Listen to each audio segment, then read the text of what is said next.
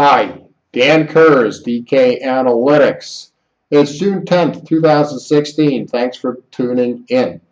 This is a continuation of an earlier video, the growing gap between valuations of stocks and bonds largely and economics and financials. And we would like to draw your attention to the fact that this is getting more precarious, not less. Let's go through some recent numbers very briefly to bring home the point and then offer some solutions. You all have probably seen the dismal payroll number. Not even the statistical manipulators at the government can hide these numbers or dress them up well enough. They shine through because the fundamentals are so overpoweringly bad. Note that payroll growth was minus 50,000, and that April's payroll growth, which was also very weak, was revised lower. So no matter how much makeup they put on a sick economic pig, they inevitably have to show an ebbing tide, not a rising tide. And even if it is with some delay or manipulation, the truth is starting to come out, or the truth will out. And it is a sad truth because amongst the carnage of these pathetic payroll numbers, which will probably be pushed down afterwards again, adjusted down further, we have the fact that we continue to lose full-time jobs, good, high-paying jobs. In fact, the labor force participation rate at about 62.6 continues to be near a 40-year low. And if we tabulated the unemployment rate as we used to prior to the beginning of the second Clinton administration decades back, we would be well north of 20% unemployment. As such, it's probably no surprise to you that retail sales are extremely weak. We have lots of chains that have been hit with very bad numbers in this all-important realm, and obviously the consumer doesn't have the wherewithal or the confidence to go out and buy.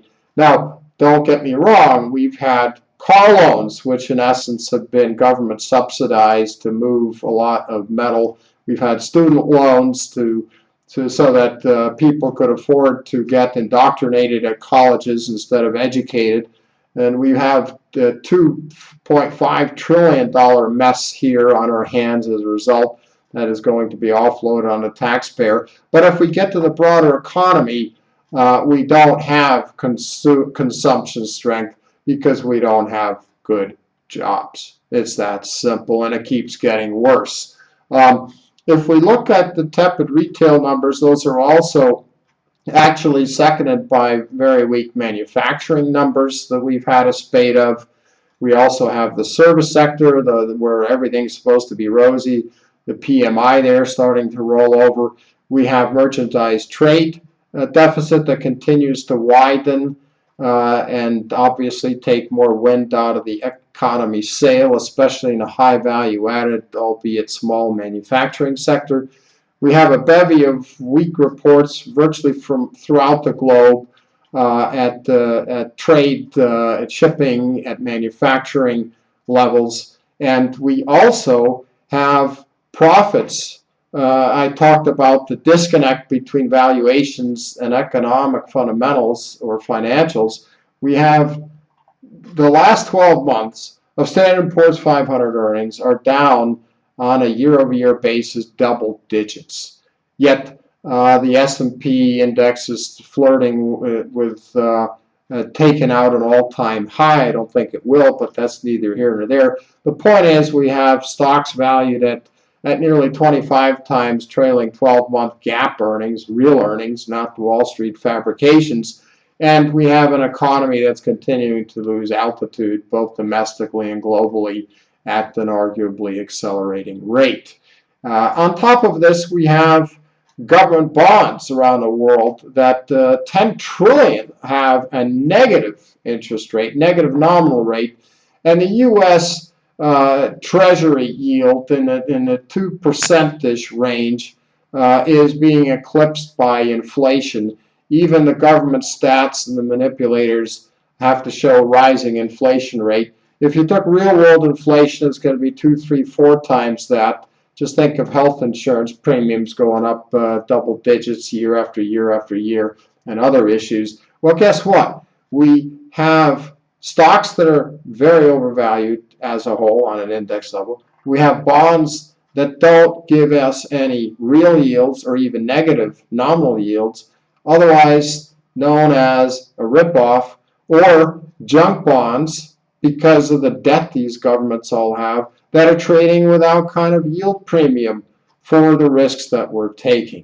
Well, all this is going to unwind sooner or later. We continue to think it's around the corner. In any event, use this opportunity to reallocate your portfolio away from bubble valuation, away from financial repression-based stock and bond prices. Realize that central banks aren't just buying government bonds, they're buying corporates. In some cases, they even buy stocks to push up stock prices and keep this whole bubble valuation insanity ongoing to make, in essence, sustain the powers that be politically, whether at the central bank or the government politicians, which are in bed with them. And consider also, if you will, how much this toxic public policy stew is threatening pension fund solvency and future payouts of pensioners, which are being marked down quietly but consistently. I think this is going to be a preview of coming much more hurtful attractions in terms of reduced pension payouts, which will further nip consumer confidence and consumer spending in the bud. What we offer with our site, in our posts and our reports and in these videos, are ways to structure your investable assets for this sobering reality. And this before the carnage of a reset or a substantial reduction in the value of stocks and bonds that is no longer determined exclusively by financial repression, by zero interest rate policies, or by money printing, i.e. bond buying, bond hoovering exercises, but by markets overtaking the manipulative efforts of central banks. It happened in 2008.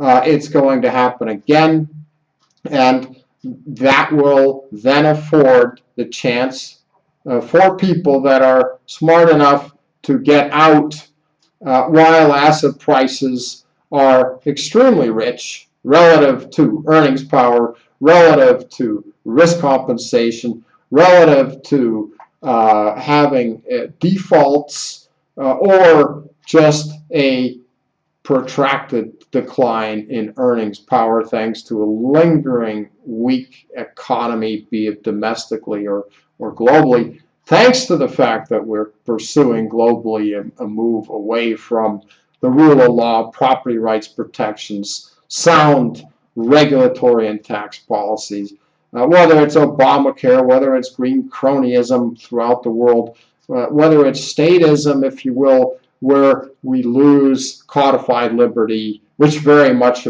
includes property right protections and the incentives to go out there and hustle and build a better mousetrap and sell it for less and get rewarded for it. Whether that's a mousetrap or a service, it doesn't make any difference. So where does this all bring us? It brings us to an opportunity, and that's what this really is, to sell overvalued stocks, sell overvalued bonds, flee into the safety of secure cash, stuff that can't be bailed in. We write extensively on this. Treasury bills come to mind. Also, for those tactically oriented that want to make money on the upcoming reduction in the value of many stocks and bonds back to economic reality, price discovery comes through the door, or the bond vigilantes of old come back to dominate the central bankers. you have an incredible opportunity to set aside the sales proceeds from overvalued assets and not only park them into safe cash, but to selectively go short via ETFs in either stocks or bonds. We offer them on our site. That's in a performance tabulation that we bring out once a quarter. And don't forget, we now are, well, for those of you looking for a solution to this yield deprivation based world with increasing lawlessness instead of codified law, instead of rule of law versus rule of men, think about the implications of our coming presidential election, namely a choice between a dyed-in-the-wool crony, a property rights usurping fella, a real estate magnate that wouldn't recognize the Constitution if it hit him on the head, a fellow that wants to mimic Smoot Hawley, and we all know what happens to the world economy when you go that route. A fellow that'd rather do that instead of moving to restore a balance, separation of powers, and moving to bring back sanity into government oversight, including the unscrambling or descrambling the regulatory insanity. This is the Republican choice, all right? And on the Democratic side of the aisle, we have a woman that is I'm going to call her criminal in waiting, criminal in hiding, would be the better word for it or phrase.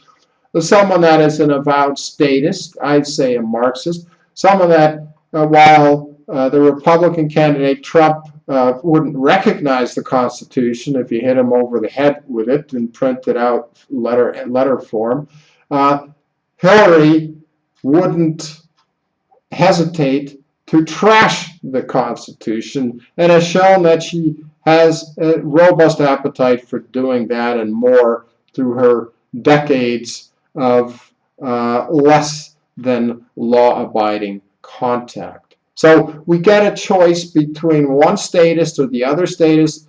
That has a big message, and we deal with that in our latest report if you want to look at the details. Namely, the message is that we're going to have even more misallocations, more economic turmoil, less productivity, and more question marks about the validity of fiat money-based systems and the asset values associated with them. Because don't forget, if you buy bonds, you're buying the dollar, right? Or the other currencies of the world. The same thing goes at the end of the day for a lot of stocks that aren't resource related, that are trading way over book value, all right? So we need to, I think, allocate for reality 101. We're moving away from constitutionalism, from the rule of law, from property right protections, from sanity, from rewarding meritocracy instead of the opposite, to an even further negative, worse outcome than we saw in 2008, 2009, as the debt mountains continue to grow to sustain this toxic public policy cocktail, courtesy of, you guessed it, central banks' bloated and increasingly bloated, ever more bloated balance sheets, where we frankly think the Fed was also going to be chiming back in before all too long. So that's it in a nutshell. I hope these are good takeaway thoughts for you to consider as you look at your investable portfolio. Look to bring home, to take huge profits if you're lucky enough to have them in stocks and bonds. Go into secure cash. Consider shorting via ETFs, select stocks and bonds, or the NASDAQ and junk bonds at the very least. And also buy scarcity assets. We've mentioned oil since the beginning of the year. We continue to mention precious metals, physical form. And if you are able to reallocate your investable assets along these lines, we think you're going to be in a much better position than the average person after we revisit 2008, but this time on steroids. You will have the intact capital you will have the protected capital, the insurance policy. Let's not forget physical gold and silver outside of the banking system is an insurance policy in case the value of fiat money or fiat money-based assets, so-called bonds, many of them, are no longer money good or worth a fraction of what they are today when market forces overwhelm central banks. I'm going to end right here. I thank you for your attention. I hope you find this of interest.